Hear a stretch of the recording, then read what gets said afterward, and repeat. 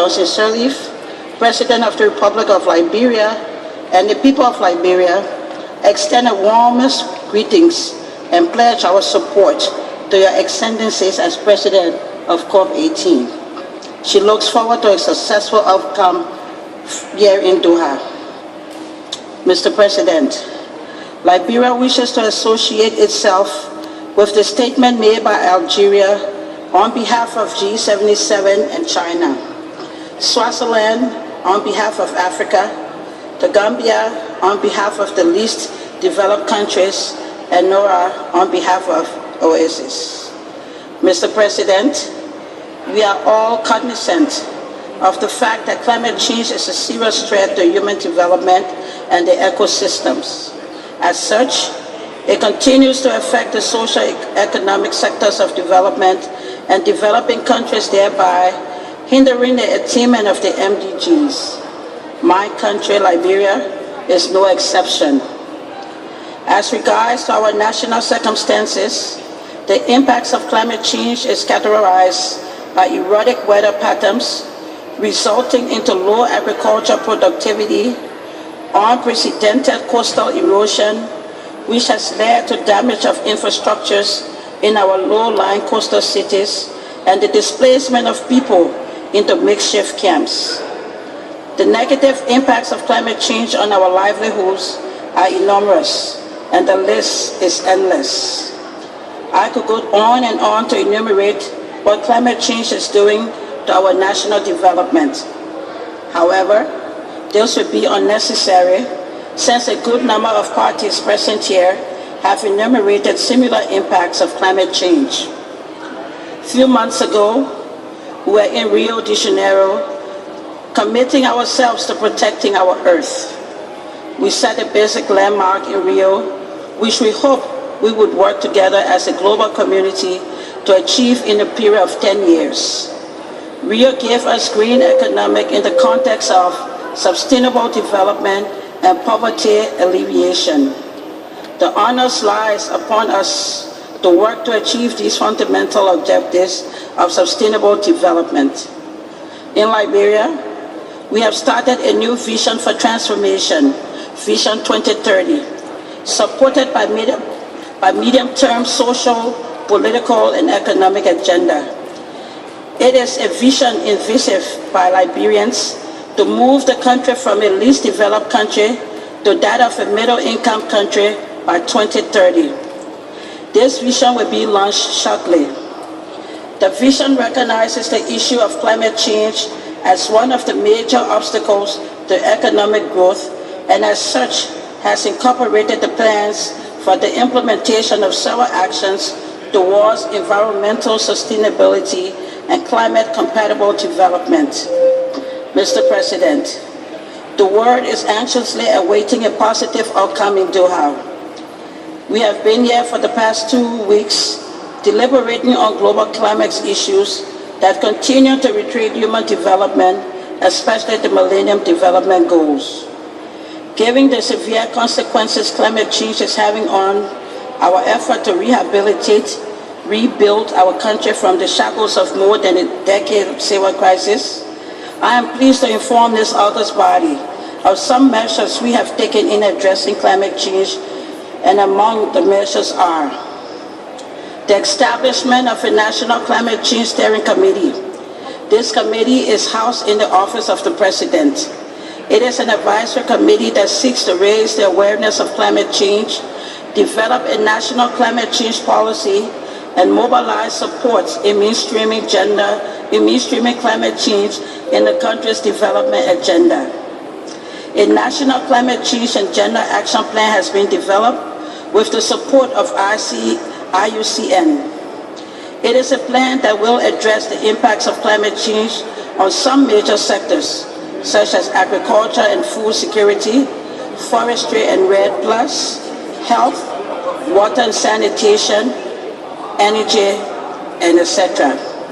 It is intended to build the resilience of vulnerable people, especially women, children, and the elderly against the impacts of climate change. We have developed our National REDD+ Readiness Preparation Proposal with support from the World Bank and in-country partners. This proposal, when implemented, will lead to the formulation of Liberia's national REDD+ strategies and implementation framework. Towards this end, REDD+ is being piloted at the subnational level. Lessons from the field recommend that the basic needs of rural communities should be integrated into the REDD+ design to ensure its success. The implementations of 2 NEPA projects is ongoing. The coastal defense system for the cities of Monrovia and Buchanan to reduce vulnerability of coastal urban erosions, flood, siltation, and degraded landscapes. The integrated cropping and livestock farming to enhance resilience to increasing rainfall variability through the diversification of crop cultivation and small ruminants rearing. The identification of some adaptation and mitigation projects in our initial national communication. Mr. President, as we come to the end of this conference, we anticipate that an outcome out of Doha will reflect the aspiration and wishes of the people of vulnerable regions and people of the world. Liberia is no exception. Therefore, Liberia is pleased to recommend the following: that the second commitment period under the Kyoto Protocol should include legally binding quantified emissions, limitation reduction objectives, and the commitment of developed countries to raise the level of ambition. A second commitment period under the Kyoto Protocol shall address carryover of assigned amount, units, and eligibility for using KP flexible mechanism. The results from Doha must address the finance gap post-2012. The establishment of a pre-2020 mitigation work plan. The importance of this work plan is to raise mitigation ambition during the period of pre-2020. Liberia considers REDD+ as a viable option that contributes to climate change mitigation. Therefore, actions coming out of Doha should consider the establishment of a REDD+ committee to develop a governance mechanism taking into account the livelihood of forest dwellers and the work program for REDD+ financing. Mr. President, we want to use this occasion to extend our thanks and appreciation for the work the LEG continues to do in the preparation and implementation of the NEPA. We look forward to receiving similar support from the LEG in preparation of our national adaptation plans.